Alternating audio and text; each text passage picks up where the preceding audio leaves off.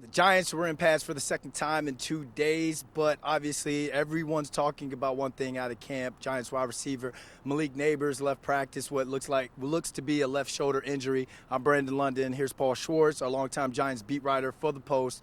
Paul, just let's go straight into this because obviously it's making the headlines. Everyone's talking about it. I didn't get that great of an angle, but kind of tell us what you saw, and then we'll kind of go into details. I think it was on a blocking play, and he came off the field, walked off the field with the head trainer, Ronnie Barnes. I'm told it is a shoulder. I'm told it's nothing people are overly concerned about. So I don't think it's going to be anything significant. Okay, no needs to go full Justin Fields on this one. But when we talk about Malik Nabers and what he brings to this offense, dynamic, explosive player going into his second season, how did the offense look to you after? And I'm going to set you up a little bit more and give a little bit of context. Wan'dale Robinson and Jalin Hyatt looked like they both had vet days. Darius Slayton was kind of the only starter from last year that was practicing, and he had himself a day. Well, don't forget, Wan'dale Robinson and Jalin Hyatt are both nursing injuries. You know what I mean? Wan'dale got run into by Brian Burns last week, and Hyatt has a little hamstring, so they're being held out. I will say Malik Nabers looked great. Yes. I mean, he's looked. I mean, you're an expert on this, right? Yes. Something. Look, we know he's a really good player, and he's his second camp.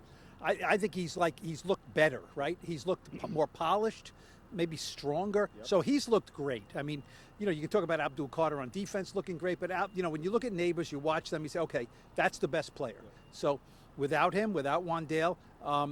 Yeah, Darius Slayton made a few nice plays, and then it's a bunch of young guys who are trying to learning and figure it out. So it doesn't look quite as good. You know what I mean? Now, they did a lot of running today and things like that, but, just like the offensive line is built around Andrew Thomas, this offense really that has some weapons is built around Malik Nabers. There's no question. And everything I've seen so far this summer makes me think that, yes, he was a terrific rookie, and there's a lot more on the plate for him.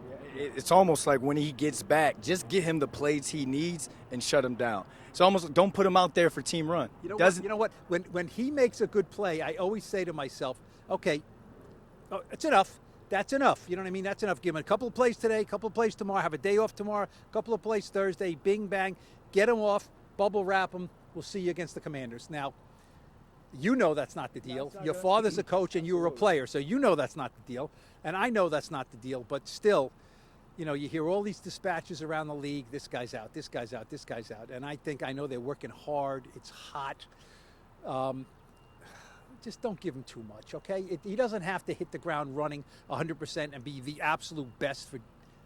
Brian Daboll would never say that, but I know. I'm just very conservative. When I see a guy go off the field, I'm like, all right, let's see him in a few weeks. Yeah, because he's earned it. You talk about a guy that was rehabbing the toe, so he didn't have OTAs and he didn't have mini camp, but he showed up to training camp, business as usual. So what else do you need to see from this kid at this point? As long as he's getting with wide receivers coach Mike Groh and Russell Wilson getting into the playbook, and what Tom Coughlin used to say, know and know you know. Russ is a guy that when they sit together at lunch, or maybe he goes over, hangs out with Young Future and Sierra, they talk a lot of football. Kid doesn't need that much more work. So I'm like, yes, let's bubble wrap him. And it's kind of what the Giants did that approached my 07 year with Plaxico Burress, who had the ankle injury. I took a lot of reps for him. When Amani Toomer took a vet day, I took a lot of reps for them, and that benefited me, the young guy. I was a little upset with the young guys today because I felt like they missed out on the opportunity with guys being down with injuries. There was a little, the communication was off with the Russell Wilson and the Jameis Winston. If you're Bo Collins or you're one of those guys, you get the opportunity to go in there with Russell Wilson.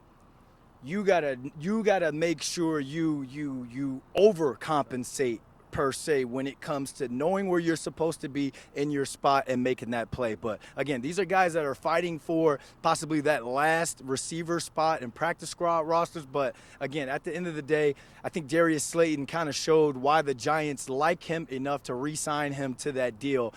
Make some big plays out there. And one thing about him, he looks better as a route runner. Well, that's why you want to see the cream rise to the top, right? Say, this guy, young guy, this guy's out, this guy's out. Oh, Slayton just makes the catch. You know what I mean? Yep. That's what they do. You know what I mean? But I like the running game so far. I like Cam Scatterbo a lot. I like Tyrone Tracy a lot. I thought the offensive line, certainly yesterday and I think today, looks pretty good again in run blocking. You know, I kind of like Evan Neal playing guard. I kind of like him. He's a massive guy. Whoa. Can you say that again? I kind of like him playing guard. I really do. Now, let Micah Parsons, be breathing down his neck or something like that. Yeah. I know, I get it, but he's a big dude. He's a huge dude, and if he just keeps his man in front of him, he has a chance. He has a chance because he's so massive. Jermaine Illuminor the other day was saying, Jermaine Illuminor is not a small guy, and Jermaine Illuminor was saying, he's just so big. His hands are like twice as big as mine. When you look at Evan Neal, you don't say that guy's a bust. You say, I don't like the way he played, but I see why they took him, high in the draft, because look at that guy. So maybe he gets a second life at guard.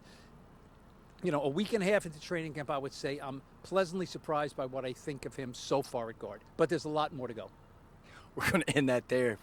I love it. But you know what? Tyrone Tracy kind of gave him some compliments as well. Almost cursed when he talked about how Evan Neal has been mauling guys. And, we've heard Brian Dable and other guys talk about making that switch from the outside to inside. And I asked him, what exactly do you changes from being from the outside and the inside? Things happen faster because he says he's got the 3 technique nose right there in front of him than a wide 5 technique. So that makes sense. But if there's anybody that needs to maul or get up on someone right away, it's Evan Neal. So that guard, would you say that there is now a competition for that guard position? Yeah, I think there is.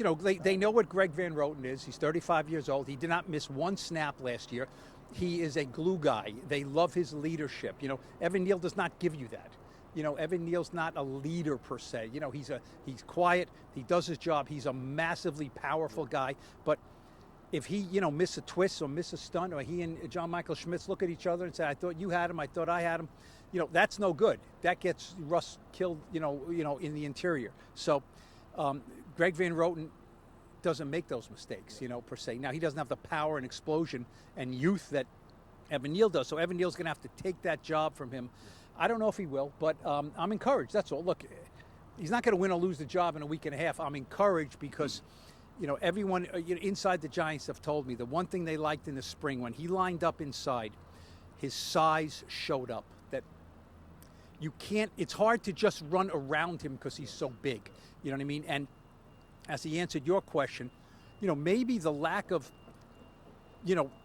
setting his guy up and using his arms, that was a struggle for him. The lack of space. Lack of space. Maybe the lack of space. Look, now he's going to have to get his assignments down, but if he does, he doesn't have to be 100% clean. He's so big and so powerful. He just can't whiff. Get a body on him. Just get something on him, and it's going to be hard to get around him. And then Russ has got to get rid of the ball. So that's all. Encourage is the best thing I can say, and that's better than saying I don't think he's any good. Well, the Giants are off tomorrow, and then they come back on Thursday. That's great and encouraging for Malik Nabers. It gives him a day to kind of rest that shoulder up. We'll see how he kind of responds and what their plan of attack is going to be for him going forward through the rest of training camp. But thanks for watching your Blue Rush post-practice report.